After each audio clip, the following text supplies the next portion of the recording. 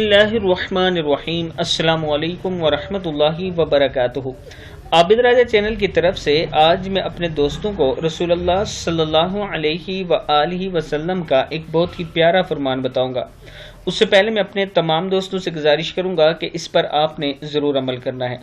रसूलुल्लाह सल्लल्लाहु अलैहि वसल्लम ने फरमाया, किसी मुसलमान के लिए जायज़ नहीं कि अपने किसी दूसरे मुसलमान भाई से 3 दिन से ज़्यादा सलाम कलाम बंद रखे। जब दोनों का आमना सामना हो तो वो इससे मुंह फेर ले और ये उससे मुंह फेर ले, और इन दोनों में बेहतर वो है जो पहले सलाम करे।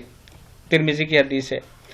रसूलुल्लाह सल्लल्लाहु अलैहि वसल्लम ने फरमाया, किसी मुसलमान के लिए जायज़ नहीं कि अपने किसी दूसरे मुसलमान भाई से 3 दिन से ज़ायद सलाम कलाम बंद रखे। जब दोनों का आमना सामना हो तो वो इससे मुंह फेर ले और ये उससे मुंह फेर ले, और इन दोनों में बेहतर वो है जो पहले सलाम करे। तिरमिज़ी की हदीस है। तो दोस्तों, इस पर आपने ज़रूर अमल करना है कि आपने पहल करनी है ताकि आप बेहतर हों।